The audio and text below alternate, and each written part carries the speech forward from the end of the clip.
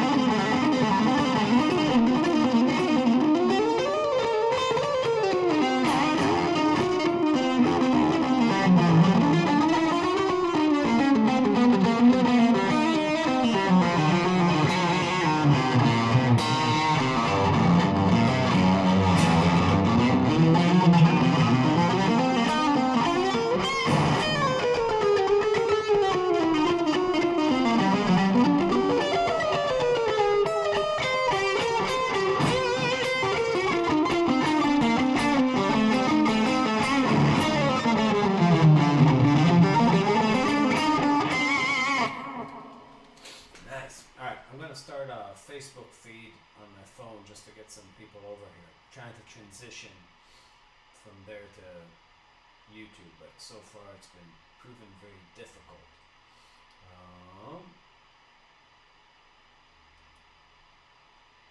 Let's see. Start that. How you doing, Tommy? Is there anything you want to know about live music or anything?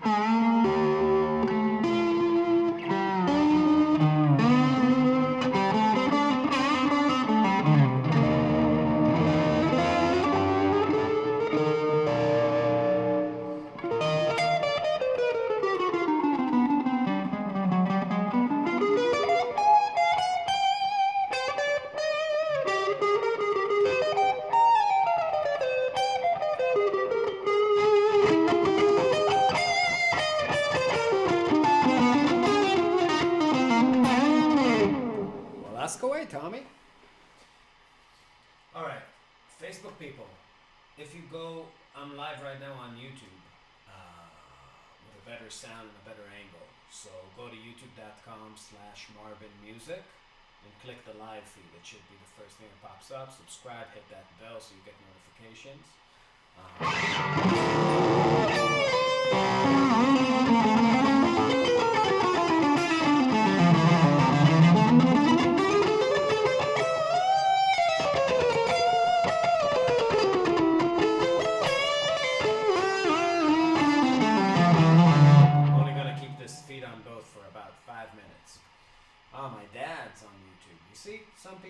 Some people are loyal.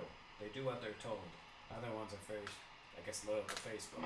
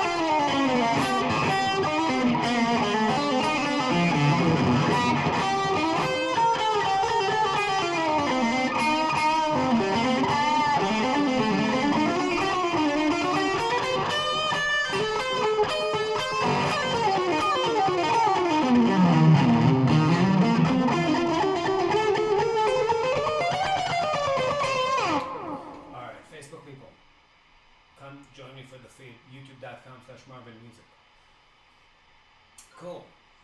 Scott.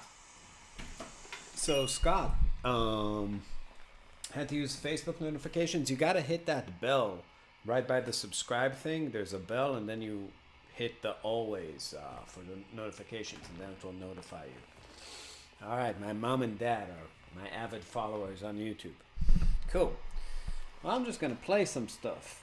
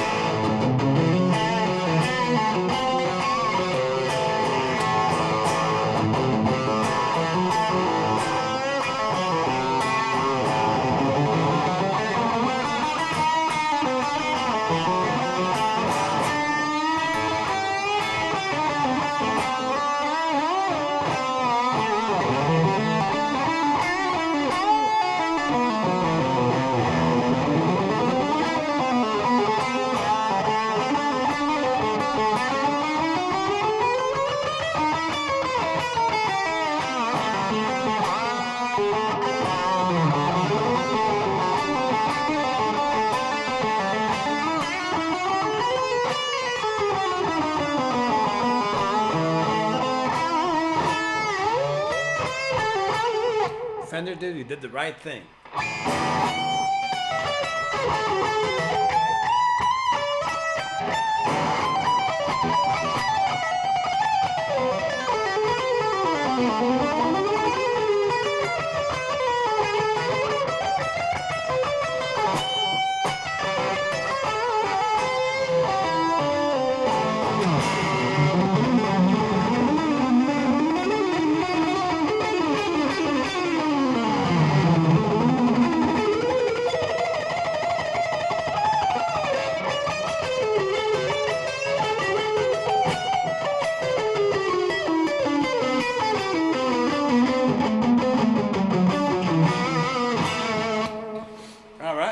Let me know if you have any questions about anything. We can talk about whatever you'd like. I got some all my pedals working. Pedal board came back from Uncle Mason, and sick stuff. Check this out. I got my synth sound back.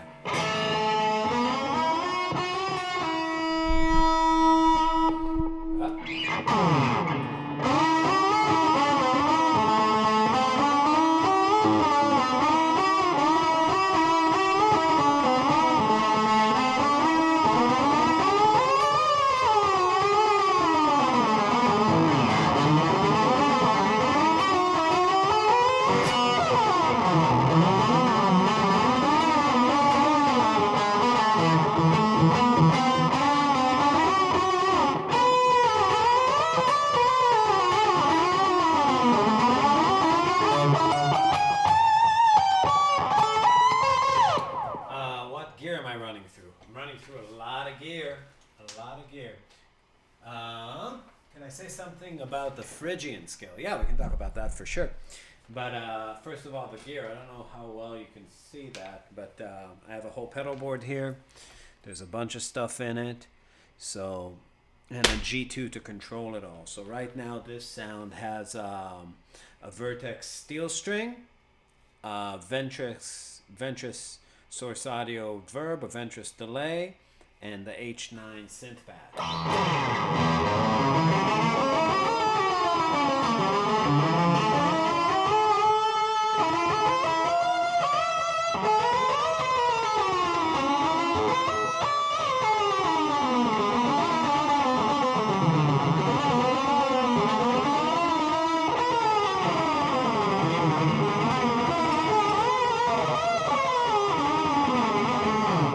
Without that synth, it sounds. That's.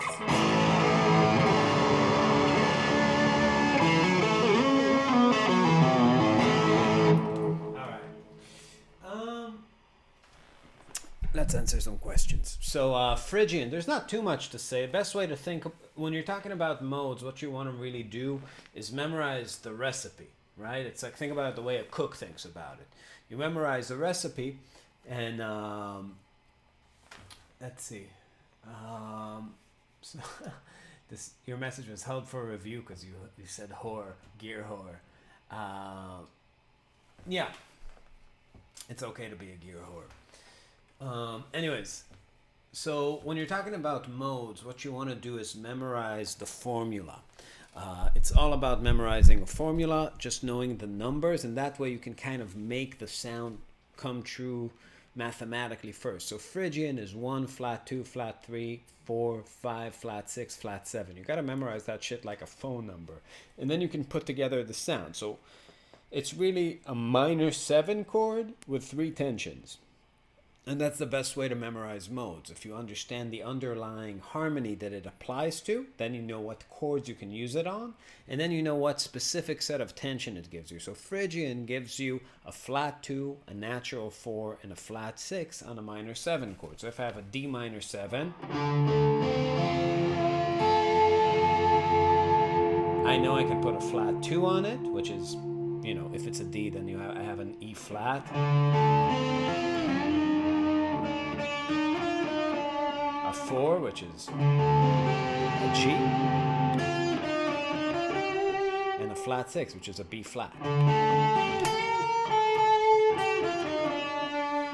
You can think about it in a relative way to the scale it comes from. That's a B flat major scale and a D root. A lot of people do that. But yeah, it's just about really understanding, if I have a root, what that sound sounds like.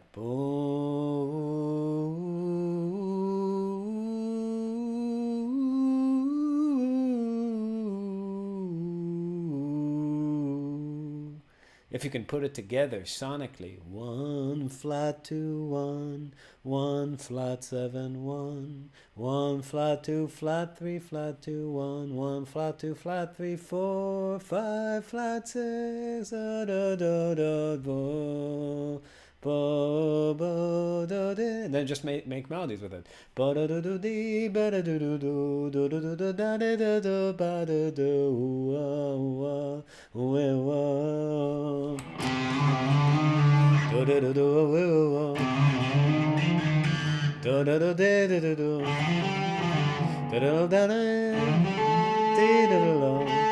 Right? So really, again, there are levels to knowing something isn't memorizing something. That's something I always have to tell students. If you think about if you think to me, it's really in 5 stages till you know something. Stage 1 is I don't know it. Stage 2 is I heard about it, right? I know something about it. I know that it exists. I know Phrygian's a thing. I'm not really sure how it works. Stage 3 is really, I know how it goes. You know what I mean? You have some sort of idea of how it goes. Maybe you know fragments of it. Maybe you know something about it. And each one of these stages is kind of arranged. There are levels to not knowing, levels to hearing about it, levels to knowing how it goes. Level 4 is memorizing it. And there's a lot of angles you can memorize something. You can memorize something kind of mechanically, meaning just learn it on a fretboard. You can understand a relationship. That's kind of like what learning harmony is. And above that, there's the level of actually knowing the thing. Now, I think a lot of people get so hung up on memorizing and never actually memorize stuff that they think that people that know something are still in that stage of memorizing. But for me, Phrygian is just something I can do. So I'm not in that stage where I'm still playing these games with myself to tell myself to find the notes. I know where the notes are. I know what the sound is. So that's how I think about that. Somebody asked about standards. When playing a jazz standard, I use the right modes like A Lydian over an A major 7, but do you switch to all other available modes that are in the key like F sharp Dorian?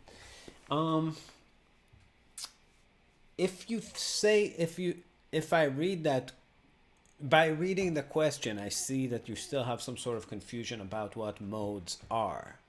Because a mode is a name for the sound that you are playing on. It's a code name for the sound of what's happening when that bassist is hitting that A and the A major Lydian sound is being played. You don't have the control to turn that into an F sharp Dorian sound. The bassist has the control to do that, meaning the ability to do that. If you played the same things, constructed melodies from the same pool of notes, and the bassist changed the root to an F sharp, he would produce an F sharp Dorian sound. The relationship between what you guys are doing, the notes you're choosing, and the note he is playing on the bottom. Do you do lessons? That was probably the best explanation of Phrygian I've ever heard. I actually understood what you meant. Yes, I do lessons all the time.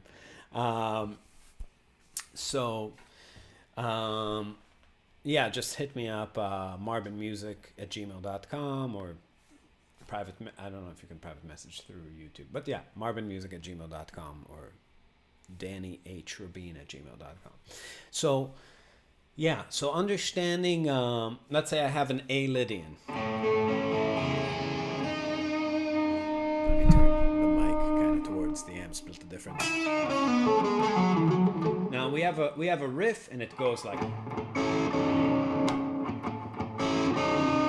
Now if I play my Dorian stuff, like.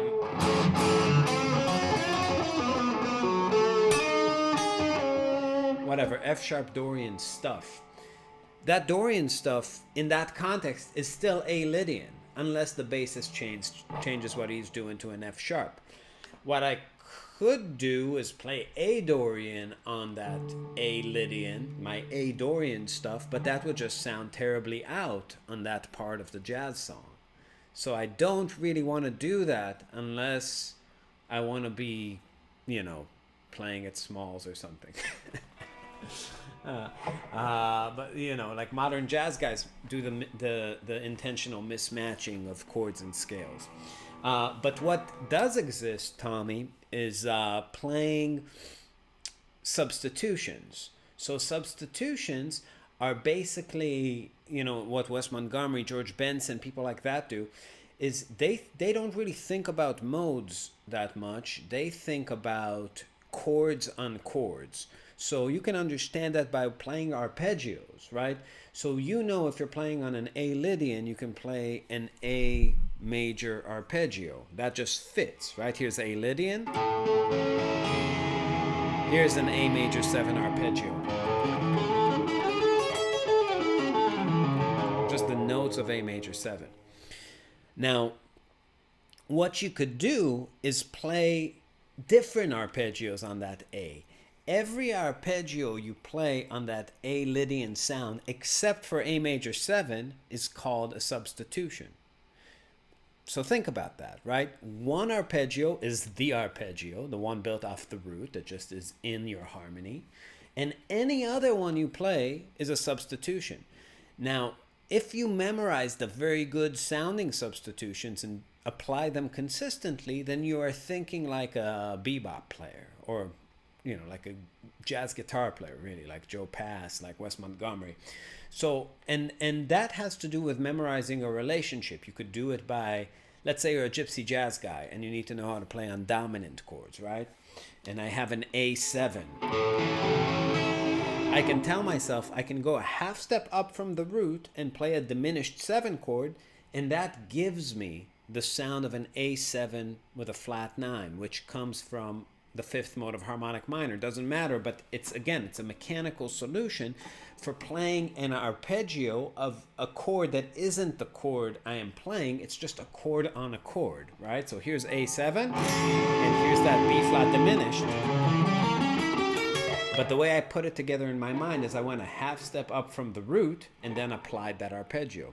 If I want something that's maybe a little more exotic and colorful, here's a whole step down from the root. So from an A, I'm going to go to a G, and I'm going to play a half diminished arpeggio.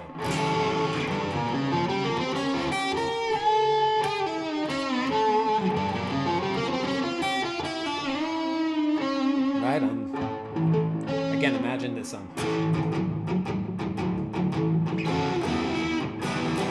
So I'm going to apply a G half diminished.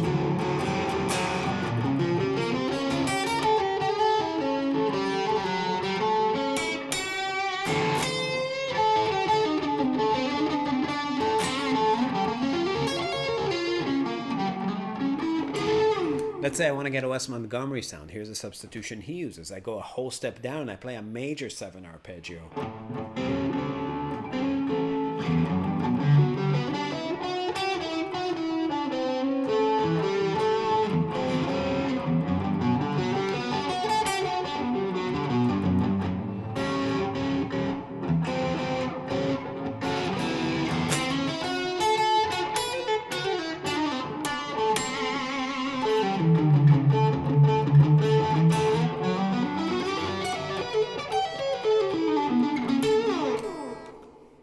Make sense? Makes sense. You guys know that makes sense. Cool. Yeah, if you have any more questions, let me know. If not, I shall shred.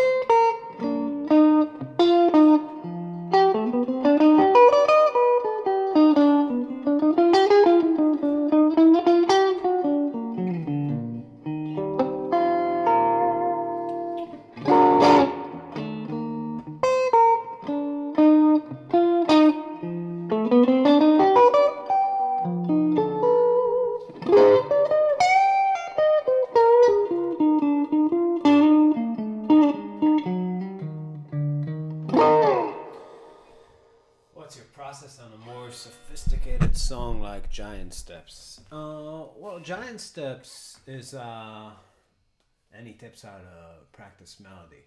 Sure.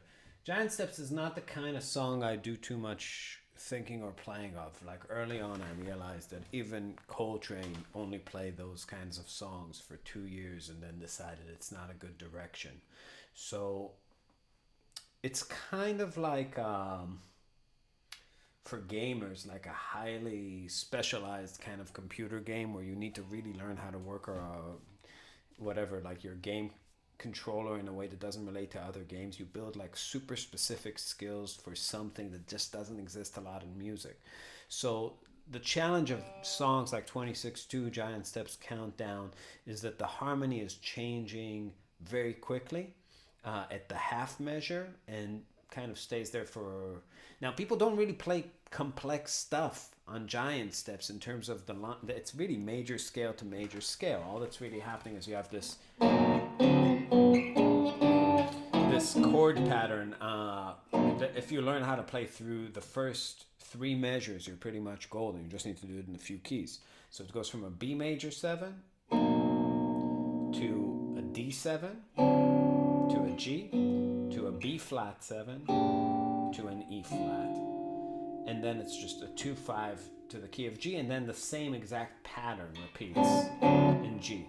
So first and foremost in Giant Steps, it's to understand the pattern, to understand that you have a major chord, and then you're transitioning to a key that's a flatted 6 away. But you get there by playing this dominant chord that's a minor third away. I'm talking about root motion from the chord you started on. So you go from a B to a D7. So this kind of quality Ionian chord to this kind of quality Mixolydian chord.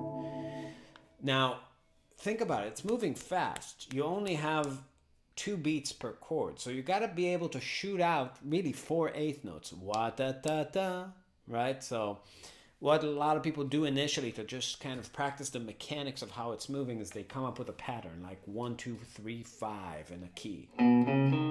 That pattern specifically is okay because it works in Ionian and in Mixolydian. You don't have to change anything. The only difference between Ionian and Mixolydian is there's 7s, right? If I had a pattern that went 1, 3, 5, 7, when I got to the D7, I'd have to compensate for the 7 because it's not in the D. D has a flat 7, right? But since I'm just going 1, 2, 3, 5, I can do it. That's the pattern Coltrane plays a lot because you can move it mechanically without thinking if you're just dealing with major and dominant chords. So I'm using just that one pattern. That's usually the initial thing people do to start kind of getting in the ballpark of improvising on it, which I don't think is a good idea, but it's probably pretty familiar to everybody. Have heard those kind of lines. But what you really want to do is first and foremost be able to play the bass line, right? You want to be able to move those changes like B, D, G, B flat, E flat. And just practice that maybe, right? And then you want to be able to move the modes and the bass line 4 notes at a time. So 4 notes of B Ionian on B. That's,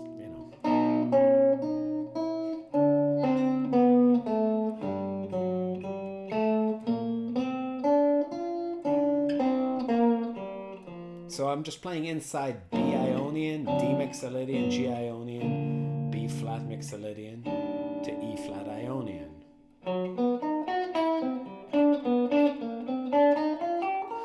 The tricky part is to really be able to comp the changes in your mind and really hear when it's changing. So even if you have to say it like B flat, D7, G, B flat 7, E flat. So,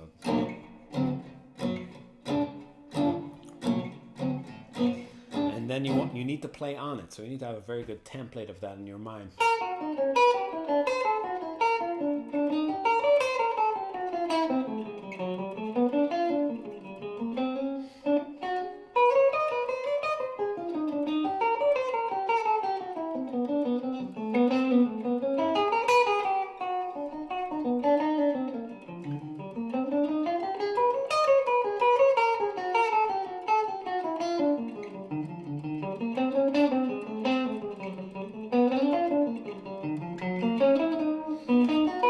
But it's really, you're just playing, if you can play on 5 1s, it's just a lot of them. I think the tricky part is not to lose the form. And that just comes from really knowing the chords, Okay, any tips on how to practice melody? I don't think you can practice melody in general. I think you can practice a melody. You know what I mean? And Well, I mean, yeah, Coltrane played extremely inside. But the only thing he's doing is maybe touching some flat nines and dominant chords, like if it's a D or right, like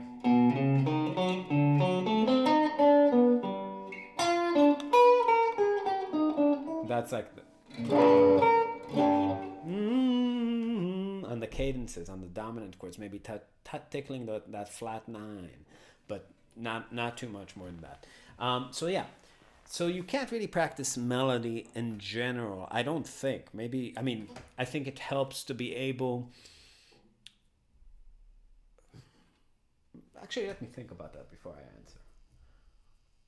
I would say that you need a lot of tools to play melodies well. Um, if you record yourself and you just try and play Twinkle Twinkle, and every time you play Twinkle Twinkle or You Are My Sunshine, you play it exactly the same way, or the changes that you're making to how you're playing the melody, how you're just laying out the notes in time, how you're just putting it out there in the air, are so small that they don't feel like they matter very much, then you need to have more tools to do things to notes, meaning articulation. If it's vibrato with a bar, um, slides, short and long notes, loud and soft notes, swells, just the things that make notes sound different. One of the worst things to do is just be that kind of player. You see a lot of classical musicians like that have been playing for 30 years, and it really seems like the only thing they know how to do is play notes on their like they're just machines to produce clean long tones on their instruments. A lot of why we hire a player or why we want to listen to a player these days, like Jeff Beck or something, is because they do something to notes. So you gotta, I don't know, maybe it's getting a tone that allows you to be expressive.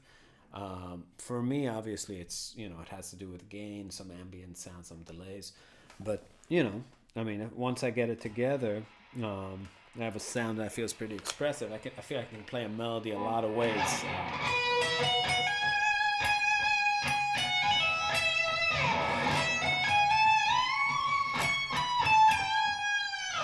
Right, I can do that kind of thing. But I could do it in different registers.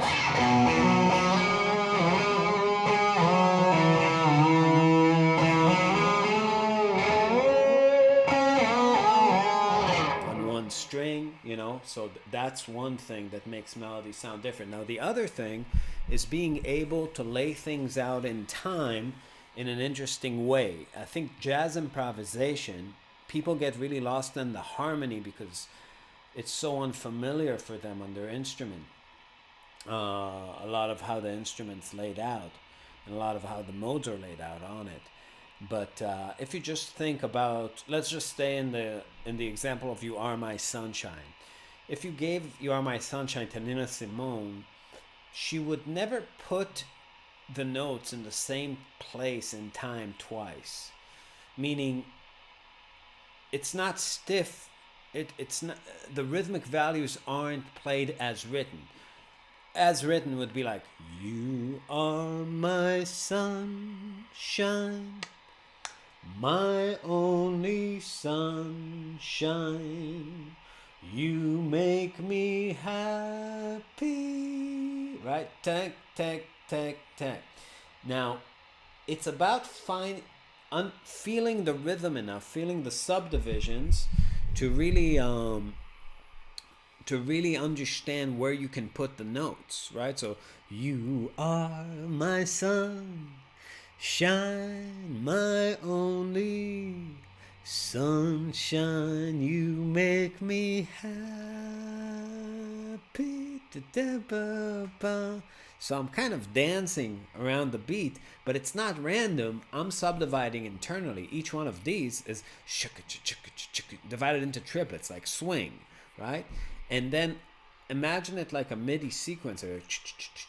It's chopping up time, and I have all these potential places I can throw the notes, right?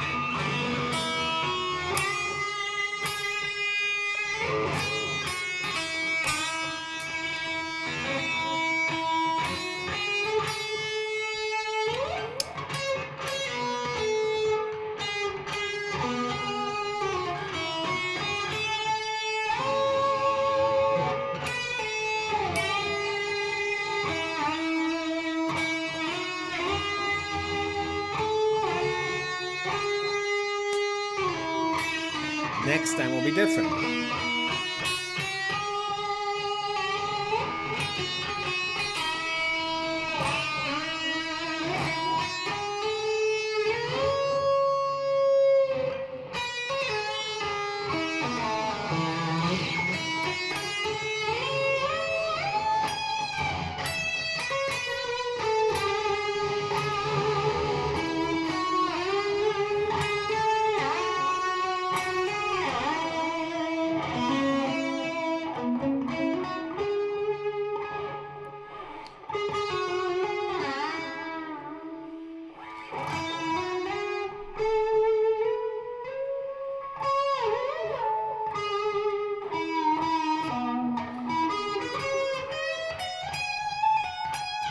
So I think also learning things in many areas of the guitar help, because different areas of the fretboard sound different, and since the guitar is also a really visual instrument, they make you play different. You have to pick things differently.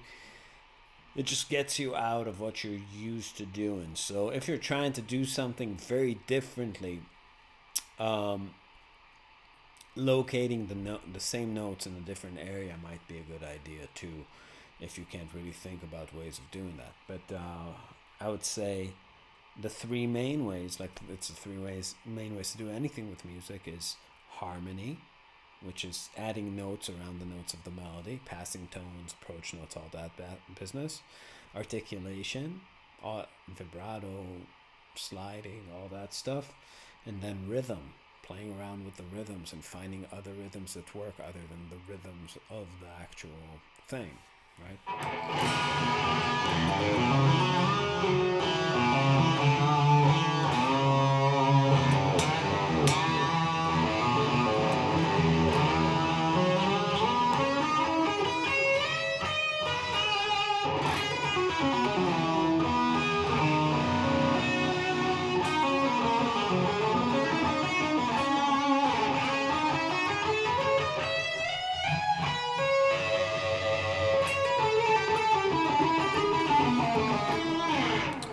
Playing over Autumn Leaves in B flat G minor.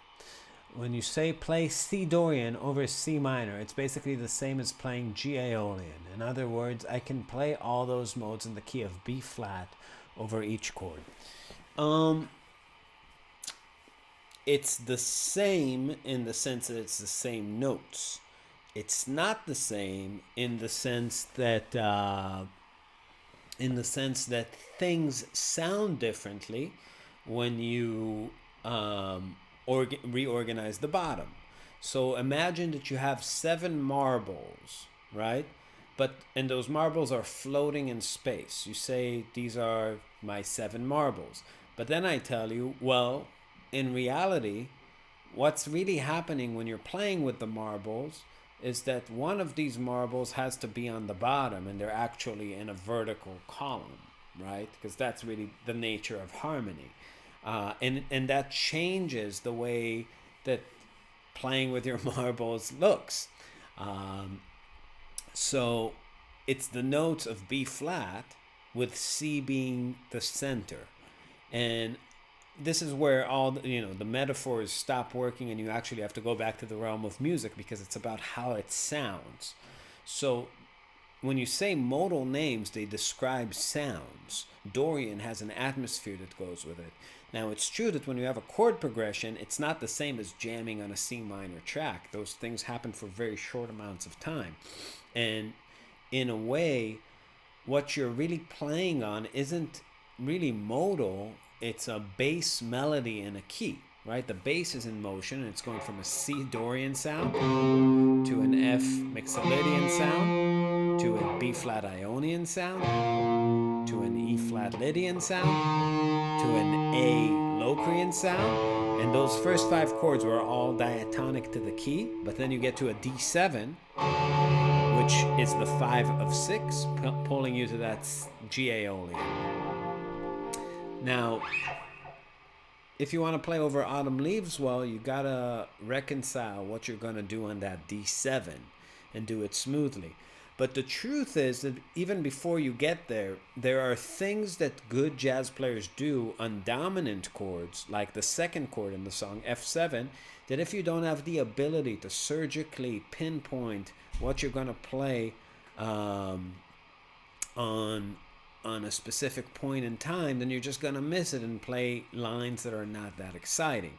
So hitting a sharp 9, flat 9, sharp 11 maybe, flat 13 for sure on that F7, leading you to the B flat in a nice way, is something that really goes a long way. So here's C Dorian.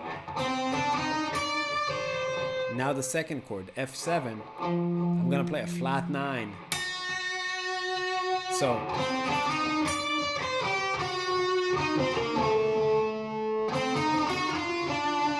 and then going back to B flat Ionian. So that was C Dorian.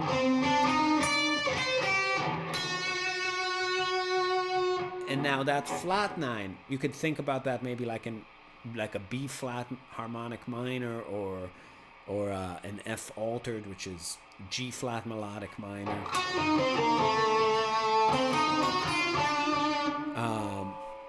And resolving that. So that really gives you that tailored sound of the weaving of jazz playing. It's the ability to address each chord individually. Even if I play F Mixolydian, I want to land on interesting, colorful tones, like the 13, the 9, like...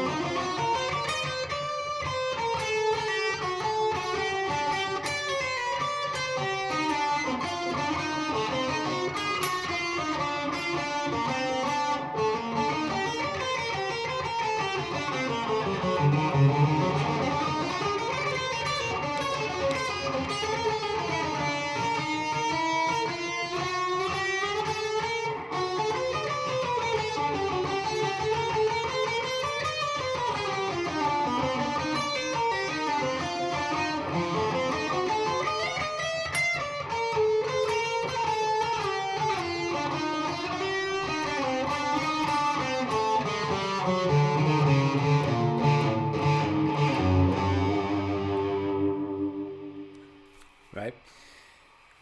So I don't know if that makes sense to you, but that's how I'd go about looking at it, you know. So finding, it's really in the chord, so finding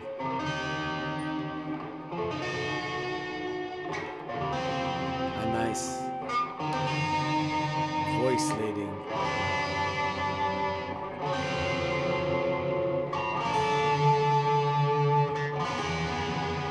and then doing something that outlines those changes, like...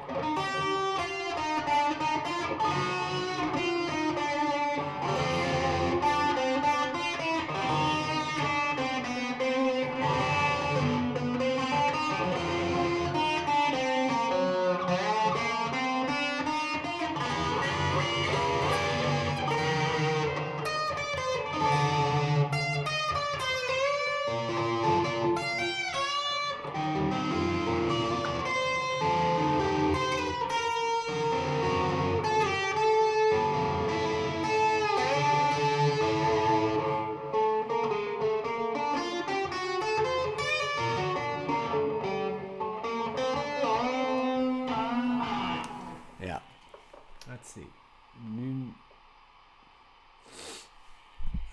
Chus Music on YouTube does a pretty good job of explaining the Phrygian mode. His vids are very helpful. Go through the modes all the way up to neck. Yeah, I mean, it's not... there's a lot of people... In music these days, you know, there's a whole lot of people who read all the books and have all the degrees and do that. There's very few people that crush it. But... I don't know. that's just a sad reality. But yeah, it's very attainable. I think that with the desire to shred is a very good thing to have.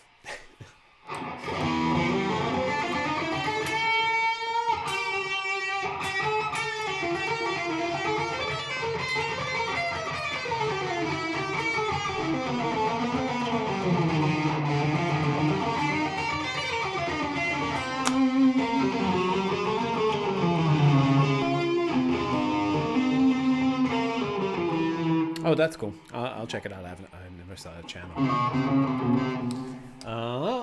But the extensions on the dominant chords had to do with the scale of the chord I'm leading to, right? So flat 7, flat 9 to G minor. So yeah, I mean, when you're talking about choosing which mode to play over which chord, oh, thanks, David. Appreciate it. Super chats are super welcome. Very nice of you. When you are talking about what inspires you lately shred-wise, I'm making a gypsy jazz album, so I'm very inspired to finish it. But I haven't listened to a lot of new players or anything like that. Yeah, when you're talking about choosing what to play over what, there's a system to it, which is just learning harmonic analysis. But beyond system, you need to understand style, because every era has its own set of choices that players popularize. So a better way to think about it than what the right choice on a dominant chord would be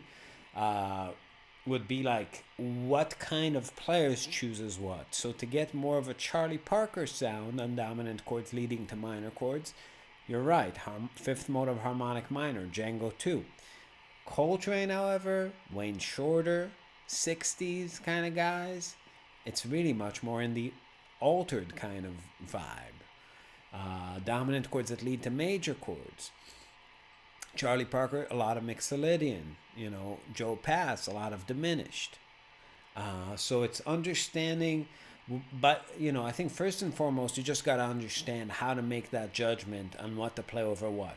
And that has to do with just being able to analyze harmony eventually, basically on the fly eventually. And then you need to understand what all the choices are. And then from all the choices, you need to maybe categorize the choices you're going to make based on the sounds you're going for. And some sort of historic perspective is good for that.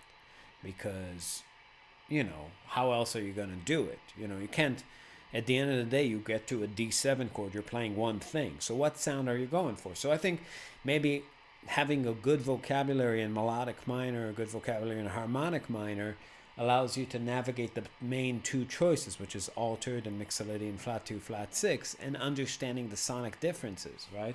Between this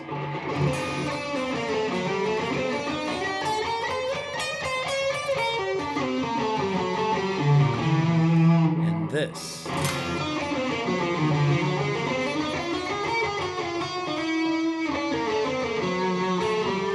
So that second choice, altered, it has a different vibe. I can do it on every dominant chord in the song, right?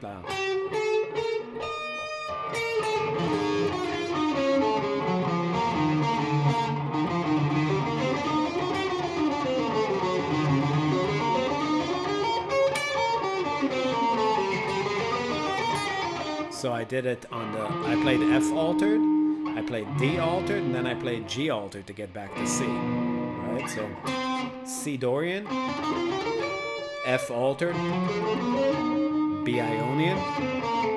Now another thing I can do is, instead of playing B Ionian, I can play something that leads to that E flat. A lot of guys do that, right? So I can play like B flat Mixolydian, just to create that tension to lead, since it's moving in fourths, like pretend it's a dominant chord. Then I get...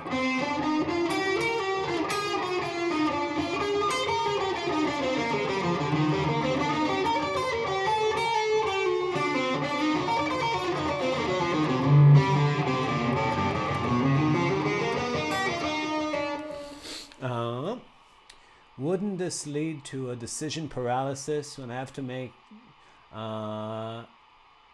So, David, these are not actual decisions. You're not...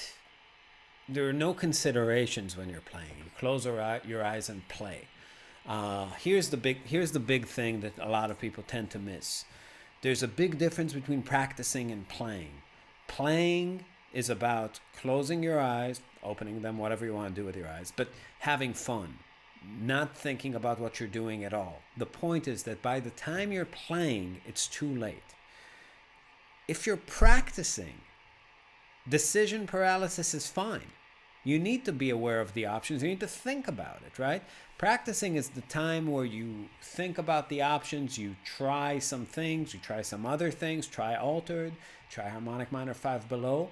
And that bridge between practice and play is the area where people get super frustrated with, because things don't translate directly. It's not true that if I just practice all the time, my playing, everything's going to get absorbed into my playing. My playing will accept and reject things on its own term. But long term, it's pretty much proven that practicing does something, right? It works for a lot of people. And you're going to have to change the way you think about music when you have the time to think about it, aka practice, according to a simple consideration. Is it helping your playing over time or not? So if you're practicing altered every day for 5 hours, and after 2 years you have no altered and you're playing, you're probably doing something wrong. There's probably a disconnect somewhere in that, and you need to change the way you practice. So again, when it's time to play, even now, if I'm going into play mode, I just have these options under they're not memorized. Now, event to event in an improvisation, you're not making decisions. It's more like the feeling is more of the feeling of fate, where you're just behaving in the world. You know what I mean? Once time is snapping, you're just walking around. If you bump into something, you bump into something. If there's a bullet flying through the air, or a train wreck that's about to get you, it's gonna get you. Sometimes, with obviously less repercussions than an actual train wreck, but we all have these things where we fuck up, and sometimes it's avoidable and sometimes it's unavoidable. But I have this mentality of it's going to be what it's going to be by the time it's playing time. But yeah, if I just play through the changes right now, I just made myself made the move. Hey, welcome. So if you guys are making the move, click that subscribe button to the channel and hit the bell and get the notifications, or nobody's going to hear about it. That's why I'm really starting from scratch here. We have a Facebook page with 350,000 people, but fuck those dudes at Facebook. They're not high output at all, actually. These are the ML Classics. I just have a lot of gain running through my board. Ian. I think they're pretty normal. They're like 7 something.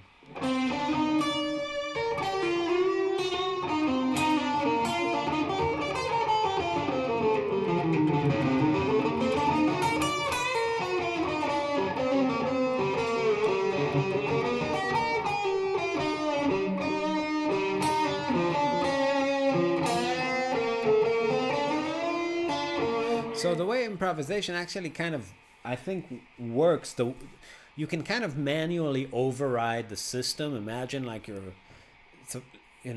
you want autopilot. A lot of people talk shit about autopilot. Some things if you're thinking about the modes you're playing, you're not really ready to play jazz at a high level. That stuff just needs to be absorbed.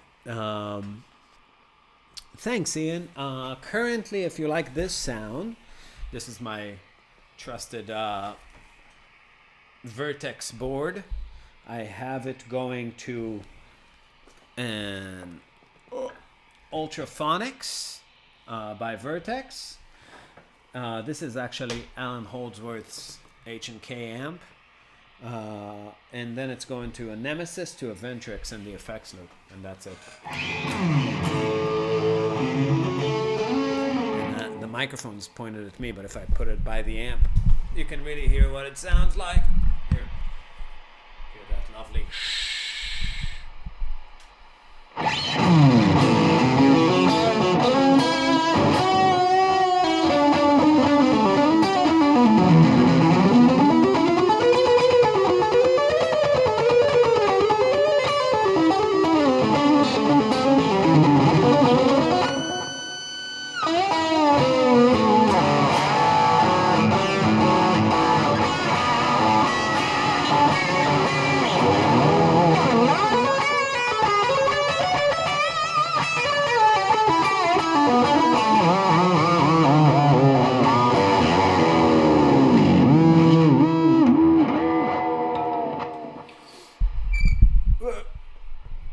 You get it. I'm gonna get I need to get like a momentary switch for the microphone I'm talking to where you can't hear the guitar acoustically if I'm doing electric stuff. Okay, how to avoid kind of schematic or predictable habits when you play modes or chord progressions. Oh, you're welcome, Ian. Or chord progressions or harmony when you compose. I think composition is the hardest thing for folks, because you gotta sign your name to it, and you gotta come up with something. A lot of people just write complex music to avoid committing to what their true aesthetic sense is, right? Just writing a pretty song or pretty melody. I don't think you should avoid any sort of cliches unless they are cliches in your music. You know what I mean? So if you wrote 0 songs that use a specific harmonic progression that a lot of people have used, you shouldn't avoid that harmonic progression. You should actually think about how you're going to find something fresh in there.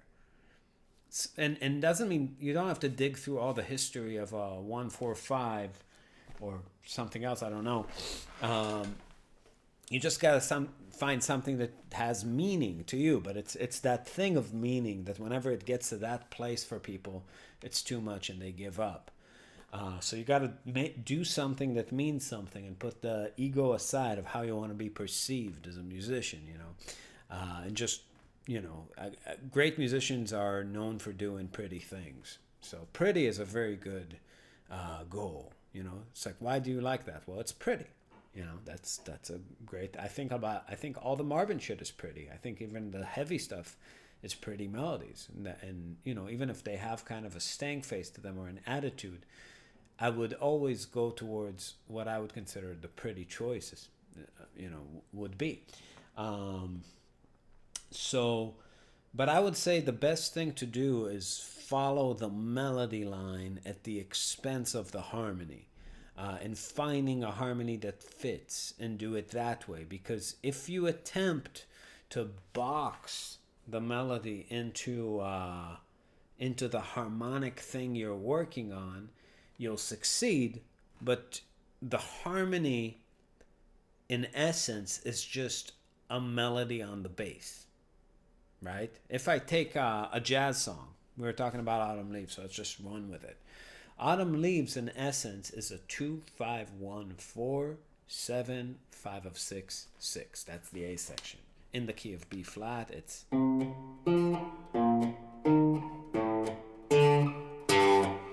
That's what it is.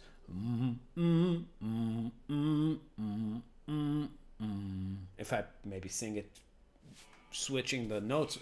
Oh, oh, eh, oh, oh, right? Or dee do, dee do, dee do, dee. And then I'm writing a second melody of that, right? The second melody is do do do dee, do do do dee, do do do dee, do do do dee, and they just live together. There's nothing too fancy or special about that first bass melody. There's no reason for that to be there first. I don't believe it was there first. I think people just came up with something that sounded good and found a supportive structure. So to start with the supportive structure is kind of like starting with a, you know, I don't know, instead of starting with a foundation of a building, starting with the roof. Just it's a bad place to start, and it will not lead you to any place interesting. So the way you would write melody is by chasing melody, the same way that maybe you would whistle something. It's very hard to demonstrate because I'm probably not going to come up with anything worth keeping while you watch me. But I'll make the brave choice of trying, to come up with something. So, I don't know. A random place like this. What's a good melody that starts there?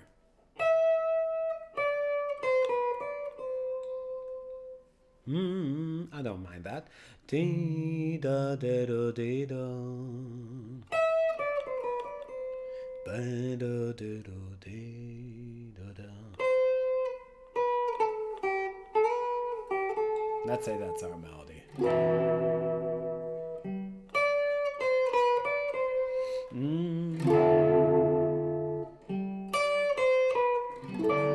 So now I found harmony that goes with that, right? That's D minor. So 2-5-1 to C.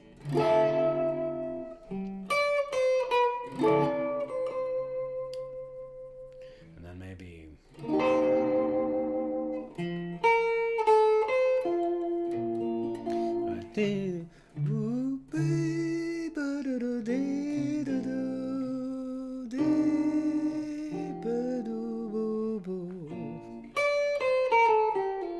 Right? So I don't know. I chased that, then I found some chords that work with it. Probably not going to keep that, but I guess the process isn't all that different. It's just, first of all, having an idea. Now, ideas tend to be here. We really are not equipped with a great sense of imagining polyphony. You can imagine a chord broken down, arpeggiated, maybe even hit. You can imagine, but it's very hard to articulate because we have a voice, and a voice can only carry one note at a time. So I would say try to use the whistling logic to chase melodies around. I have so much decision paralysis. Decision paralysis is an illusion, though. It's just you are flattering yourself, really, when you say you have that, because you are making no decision in time. And if you don't treat time like the real governing fact of playing music, and you're just in your head thinking, then you're kind of not hopping on the train. And you'll notice that once you're actually committing to playing notes in time and the groove and being accurate, there's no such thing as decision paralysis, because you don't have time to think. If you're thinking, it's too late. Do you have tips for practicing 16th notes? Takadimi. Takadimi is a great way. Yeah, takadimi. That's... it's about finding out what the 16th notes feel in a specific tempo on a specific groove you're imagining. So, yeah, let's say I am playing. I'm gonna put the metronome on around maybe 131.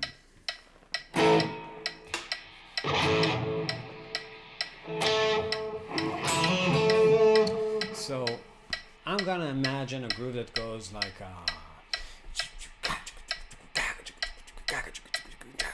kind of like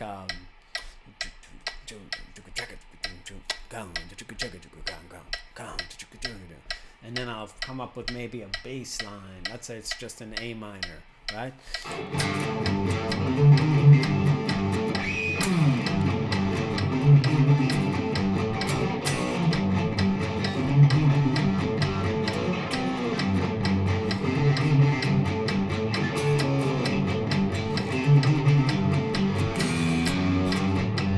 that's my groove, right?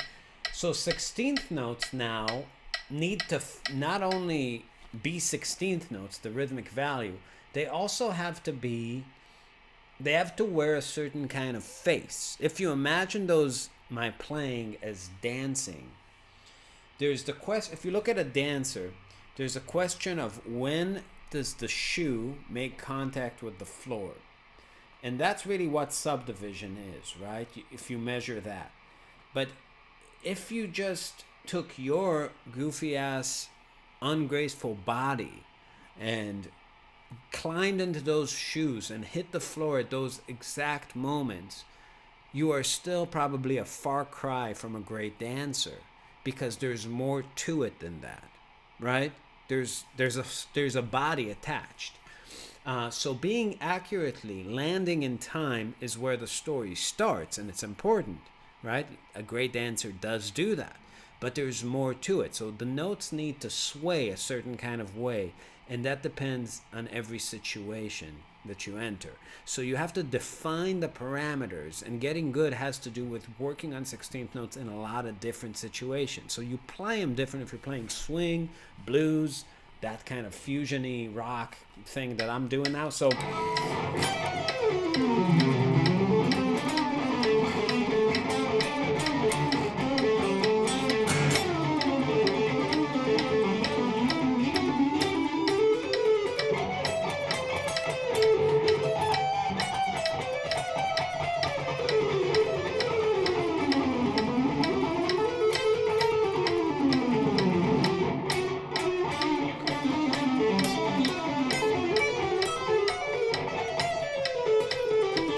I'm not talking about playing ahead, playing behind, or any of that business. I'm just talking about how you make them sit in the music. You got to be able to imagine them on.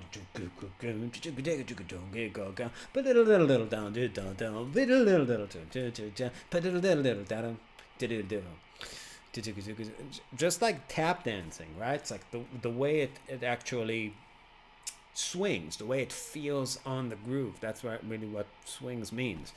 So if I'm back in this tempo and now I have a totally different kind of groove, instead of like now let's have and it's like all of me, why not take all of me. Playing 16th notes, it's not the same business. It's a different sport, right? Like they're similar, but the whole thing, like the contours are going to be different, the way it interacts with the bulk of the music, right?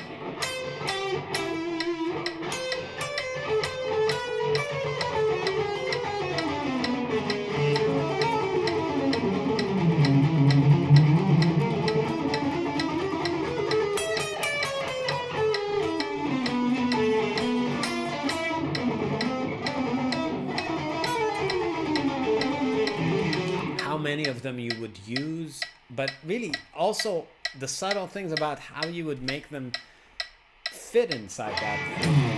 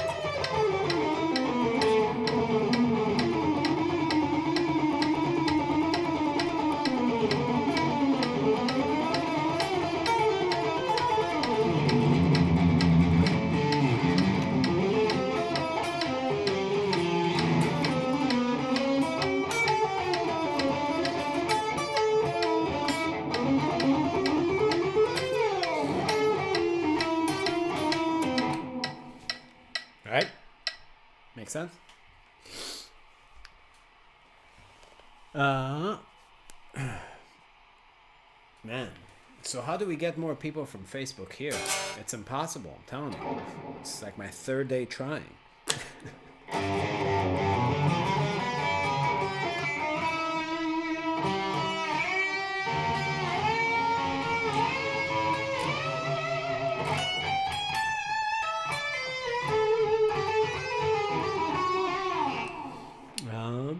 Let's see. You're absolutely right, but you sure practice to build some speed with exercises at some point. Yeah, I did everything, dude. I did everything you could think of. And luckily it was before the explosion of Instagram and shit like that, where, you know, but those uh, it's before the distraction. I mean, again, I don't know. I have a whole theory about Instagram. I think it's a pedophile ring because I don't understand why they're showing me like the hottest chicks in the world and little kids shredding all at the same time. Are they trying to give me erections when I watch little kids shred, like a Pavlovic reaction by juxtaposing those images back to back? I don't know, but I'm done with shredding pedophilia. Everybody's sending me pictures of like, 8-year-olds shredding. It's like, Jesus Christ. Like, just stop it. You know what I mean? Like, if you can't get excited about the act without watching a child do it, then you're fucked up. What happened to Ingve? Remember Ingve? He sounds better than all these motherfuckers. You know? It's just like, stop showing me like chicks with their tits out playing Hendrix and little kids playing. Let's get back to like people sounding the best and being badass musicians. It's so fucking tiring to just see it. Like, because after a while, you forget why you like this stuff. It needs to sound awesome. Stevie Ray Vaughan, like, I've seen so many like girls with like no bra and like their tits up to here playing Pride and Joy. And I'm like, Jesus fucking Christ, like not one of them even sounded okay. You know what I mean? It's like literally plugging into a crate. It's fucked up.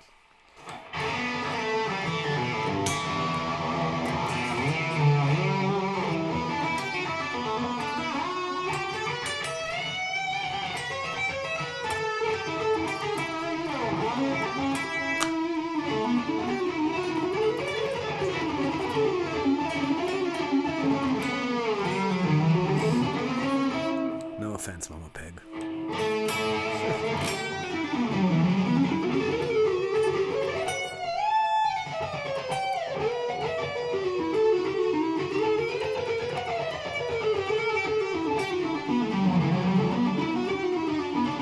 Oh, we were talking about exercises.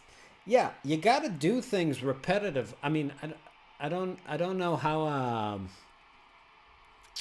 Jimi Hendrix or Steve Vai. Jimi Hendrix, but I like both. I like Steve Vai. He's cool. Always liked him.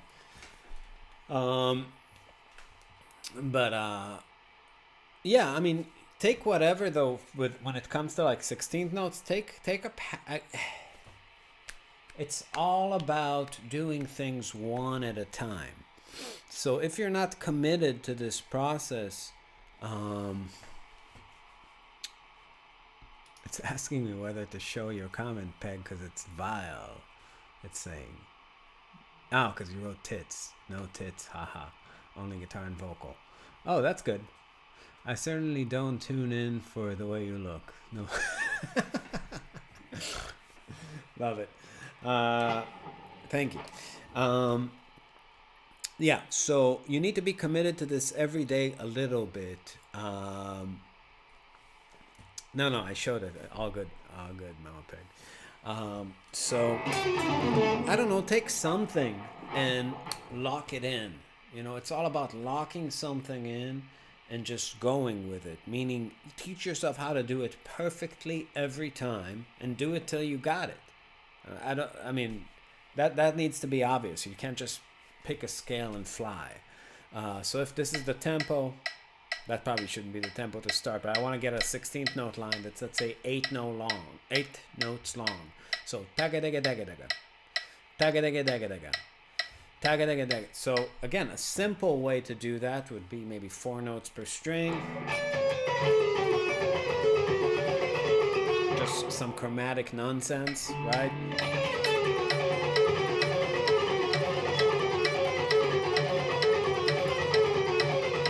Make the rhythm feel distant, and then maybe find some other way of making that diatonic, or like maybe, well, that's like, see where that thing is diatonic to maybe A Dorian, right? Find other ways to make a pattern like that playable in A Dorian, just by having the extremities of every 4 notes be inside the mode. Right, something like maybe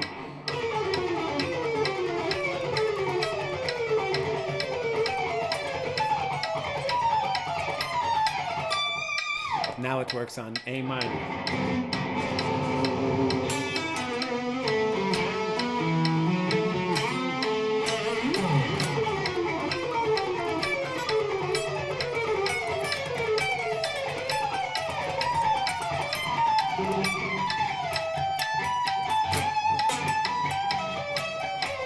So that's like 4 notes per string. But the trick is to maybe come up with some creative ways. Thanks, Deacon. Creative ways of orchestrating your playing across strings. Maybe put some legato in there, but really work out the pattern to where you got it. That's my playing has a lot of legato, so it's like down, pull off, up, pull off, down, pull off.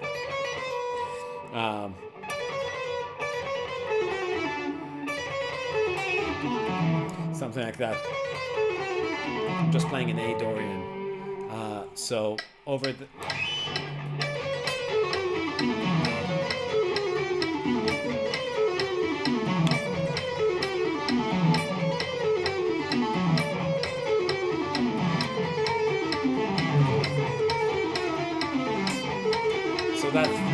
that kind of idea. Now, creating flow is about knowing how to do similar things in many areas of your mode, right?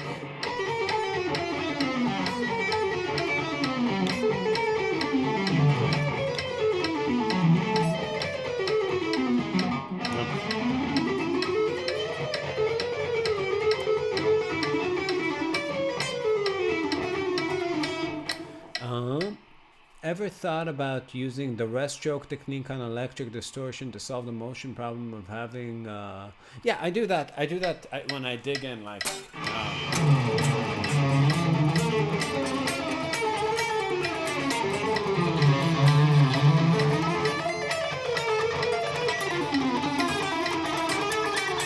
you know, it gets into that Stevie territory where you really are driving the strings. I do it more in, like, I can play fast like that, but you know, I do it more for slow stuff, for articulation.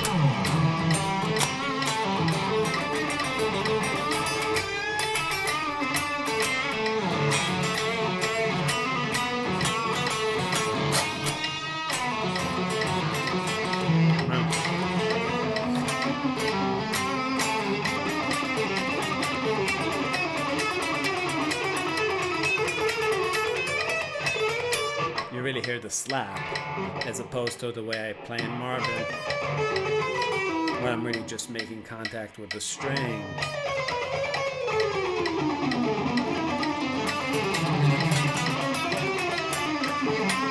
So it gets really slappy, kind of the way that some people use chicken picking to get under. It's kind of you get that fret click as opposed to the way that I would actually pick if I'm playing lines.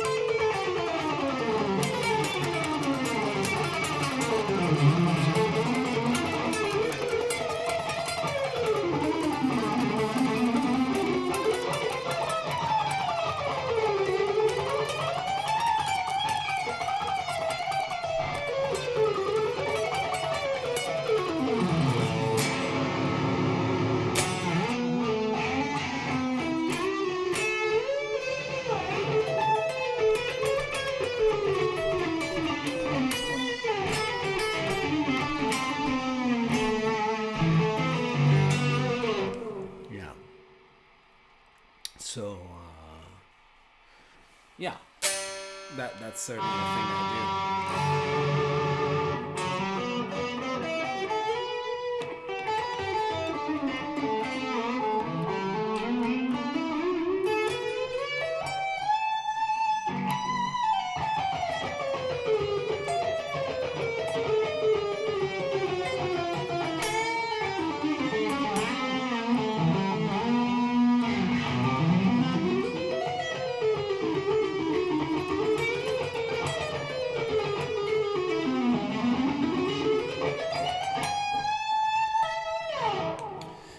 Cool, guys. Well, I'm going to go teach a little bit. I have 2 Skype lessons to attend to, but probably be back here at some point tomorrow. If you haven't subscribed, please do so. Hit that bell, get the notifications, because I'm trying to relocate. As you can see, this is a much nicer environment than Facebook. See you soon.